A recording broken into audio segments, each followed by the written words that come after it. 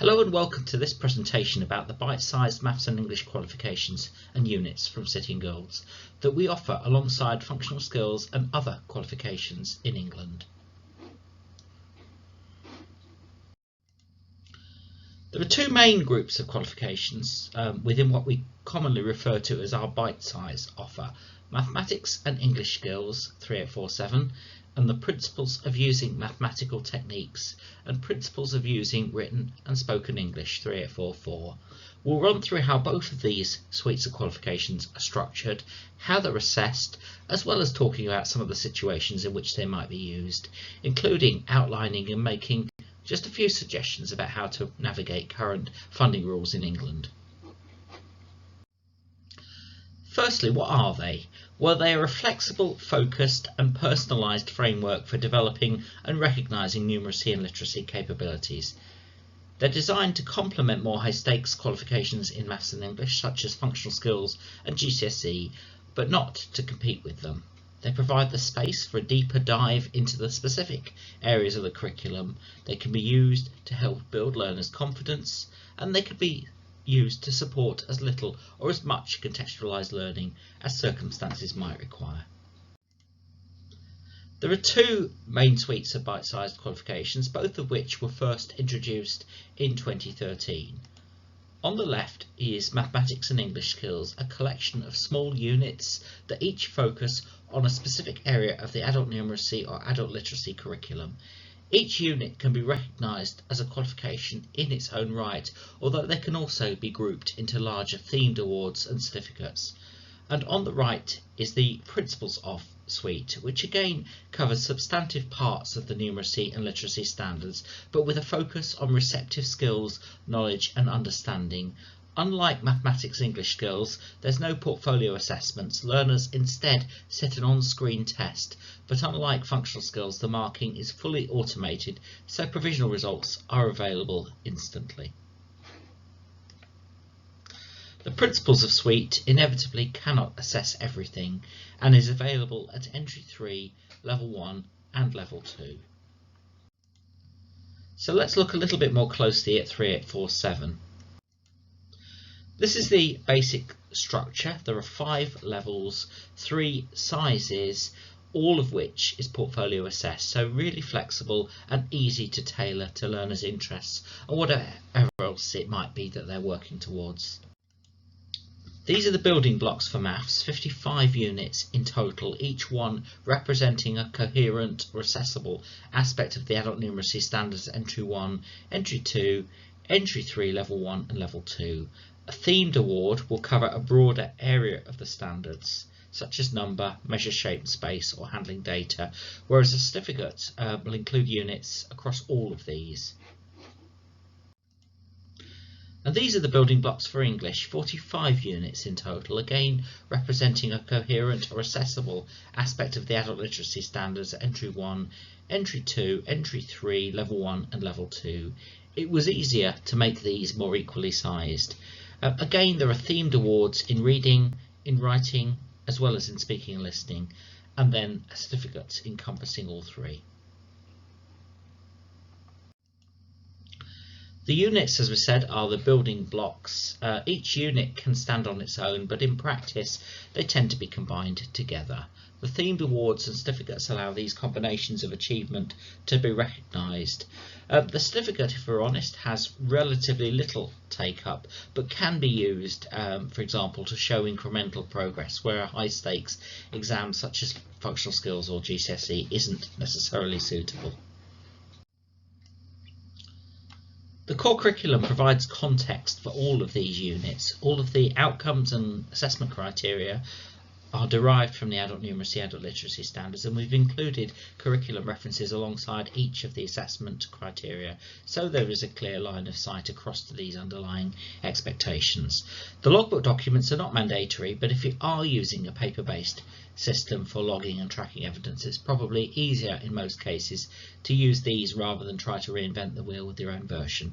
That said, it's absolutely fine to use an e-portfolio system such as Learning Assistant if you prefer. So these are just some examples of where and how these units and qualifications might be used. There's not one single correct reason, but lots of ways in which they could potentially add value.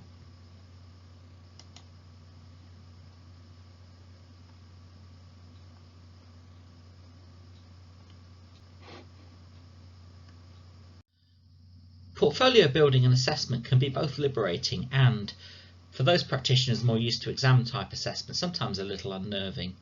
It's important to plan in opportunities for candidates to meet all of what's required of them, but also not to disregard the potential for naturally occurring evidence, integration with other things that they might be doing, making use of relevant contexts, as well as potentially using this as a pretext to introduce new ones.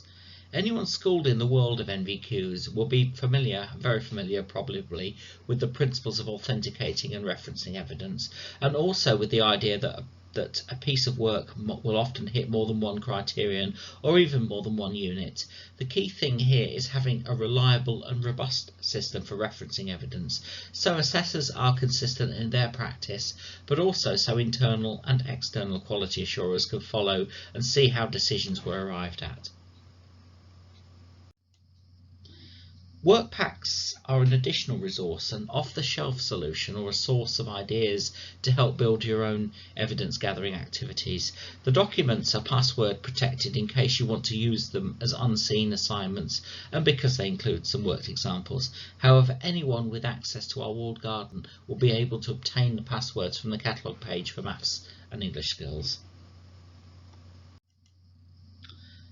So let's now have a closer look at the principles of qualifications 3844.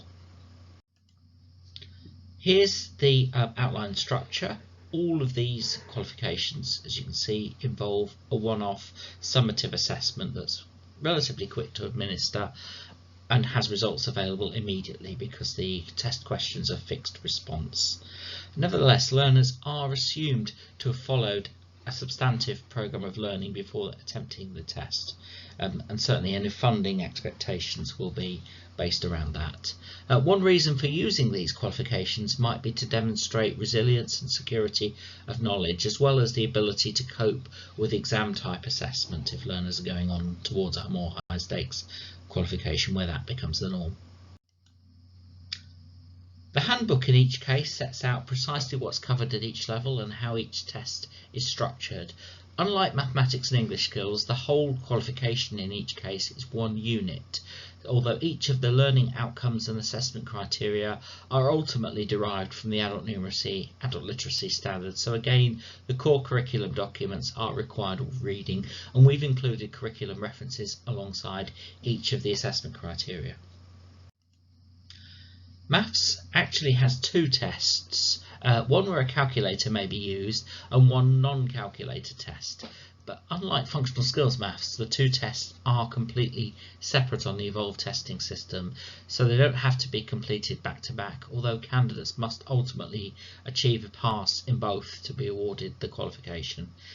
English has just one test, but there are some listening comprehension questions incorporated into it, so headphones will be needed for at least those questions. Both subject areas, again, unlike functional skills, contain only what's known as fixed response questions, so you won't see explain your answer or any other free text fields. That has enabled us to automate the marking of these tests, so a provisional result is issued immediately. With most evolved tests, we will also issue a score report with feedback against each of the unit outcomes. And again, as with mathematics and English skills, these are some suggestions as to how they could be used, but not an exhaustive list. It might help to illustrate some of the different environments or different situations where these qualifications could potentially come in handy. So some key points to see how these fits into the bigger picture. Firstly, it's a little bit possibly counterintuitive, but let's be clear first of all about what these qualifications aren't intended to be. They were never intended to be an alternative or an equivalent to functional skills or GCSE. For example, we've sometimes heard the term unitised functional skills used to describe them, which really, if I'm honest, isn't a helpful term. way, or a helpful way of describing or understanding really their purpose and their status. It's better to see them as a framework that supports the development of maths and English, which could include supporting learners on a journey towards including achieving a high stakes qualification such as functional skills or indeed GCSE. Another misconception is that they're only really intended for SEND learners. That's not to say that isn't one possible use, but it's certainly not the only one. And bear in mind that this suite does include level 2 units and qualifications. We'll touch on funding rules for these qualifications in a moment, but it's not helpful to approach this purely from the standpoint of seeing them as a clever ruse to access more funding. The Education Skills Funding Agency will, for example, want there to be a clear justification for using these qualifications rather than a more high stakes outcome, as will Ofsted, of course. And there will be plenty of situations where that is perfectly possible, and there is a clear case that can be made, but the key driver here should always be learner progression and impact. And the final point is a similar one. There's no point using these qualifications purely for their own sake, and when the whole point is to support, encourage and recognise learners' achievements. We set out the funding situation more fully in our Maths and English funding guidance documents, but here's some key points to be aware of. Firstly, with study programmes, all of these qualifications can potentially be used within study programmes, and a large part of them are included within the Education and Skills Funding Agency's approved for 16 to 18 list, what used to be known as Section 96. It's also possible to count some of these qualifications directly towards the condition of funding rules that apply to programmes of more than 120 hours duration. That includes, for example, all of the entry-level certificates for mathematics skills and English skills, and most of the themed awards for English skills, and just about half of the themed awards for mathematics skills.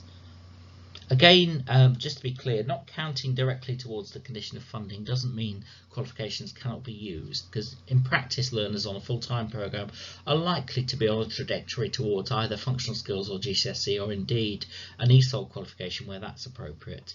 As long as the learner has been enrolled for one of these high-stakes qualifications during the same year, then the condition of funding will have been met. Also important to bear in mind that qualifications, if they're being delivered in year alongside a larger high stakes qualification, do not always necessarily need to be recorded on the ILR. As far as the adult education budget is concerned, entry-level qualifications of at least 45 guided learning hours may be fundable as part of the Maths and English legal entitlement. That's full funding unless the learner already has GCSE or Grade C or Grade 4 or above. Level 1 qualifications normally will need to be at least 120 hours if they are internally assessed, and there are no qualifications, or none of the qualifications within this suite are fundable at level 2. However, units, and this is a really important point, units of any qualification are eligible for any qualification that's eligible for funding are also fundable. So because the entry level and level 1 certificate sized qualifications are fundable, all of the units contained within those qualifications are also fundable. And please also bear in mind that some of these qualification units might well be a good fit if you're involved in delivering part of the government's new Multiply initiative for numeracy. The rules around qualification usage for these are generally going to be a lot more flexible than for normal AEB provision.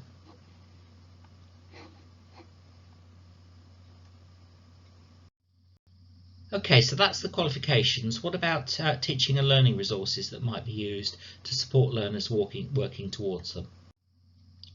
SmartScreen contains a huge repository of resources to support the teaching of numeracy and literacy accumulated over a number of years. We've recently refined and consolidated these resources into a single bank, and it's important to understand from the outset that the content itself is qualification agnostic. For example, spelling and grammar rules are the same regardless of whether a learner is working towards an English skills unit, functional skills, GCSE, or indeed even if they're not working towards a qualification at all.